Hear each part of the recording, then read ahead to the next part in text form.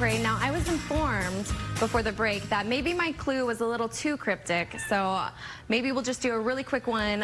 If you think about puppets, and one of them always has a rubber ducky. So, Ski, please do us the honor of introducing us to these two and see if anyone was able to get it.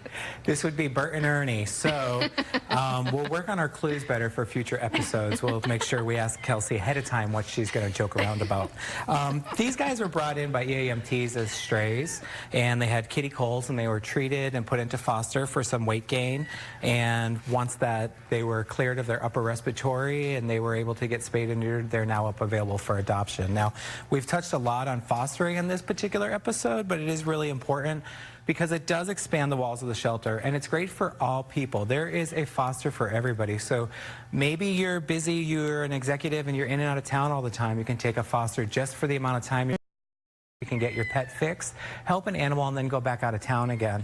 Or maybe like my mom and dad, they foster because mom has empty nest syndrome. She really just misses having the kids and the grandkids in the house to nurture it, to, you know, pamper and take care of. So she brings in bottle baby kittens and feeds them.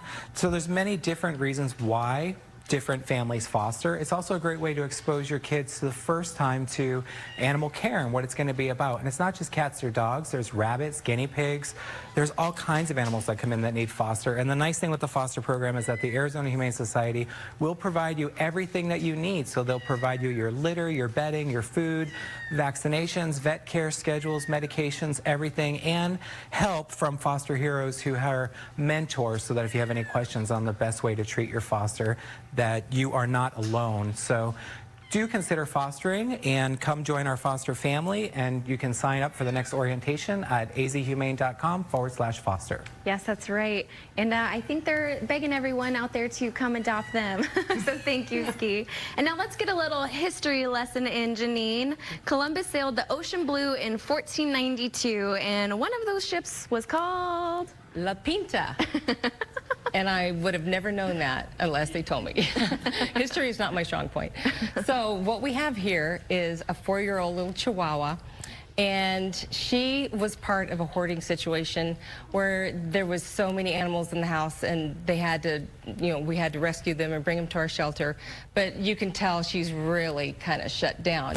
She's just hanging on with all of her might, you know, but she's so scared. She wants to have one-on-one with somebody, and it's really the best place you can go is our Pet Resource Center.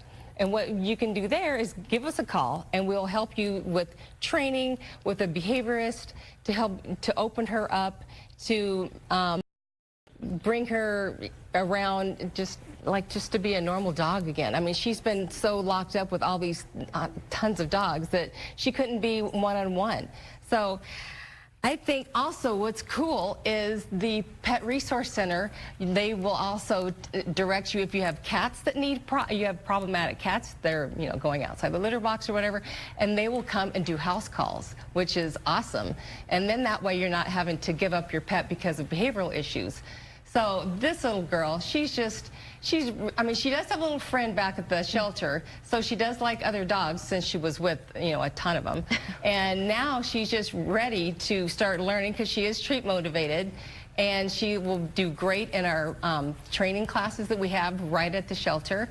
And just go ahead and check out azhumane.org/training or the Pet Resource Center, and you will find all kinds of answers. Yes, those are great tips. Thank you so much. And training is so great for one-on-one help as well. And happy adoption, Duncan. Duncan, now known as Dilly, was rescued by an animal cruelty investigator from a backyard in August where he was left without water. He was also emaciated and suffered from bilateral chronic eye infections, and both of his eyes unfortunately had to be removed in our trauma hospital, but he is adapting extremely well in his home, and he absolutely is in love with his new mom, Daphne. He has adapted so well, and we have become fast best friends, she tells us. He is so happy, silly, playful, and all around such a sweet pup. We are so happy for Duncan because he was definitely one of our long-timers.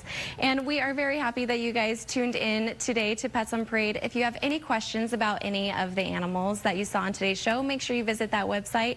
And as always, thank you so much to all of our partners here in the Valley, including Maricopa County Animal Care and Control, for joining us. And thank you to all of our foster heroes and supporters out there. We'll see you next week.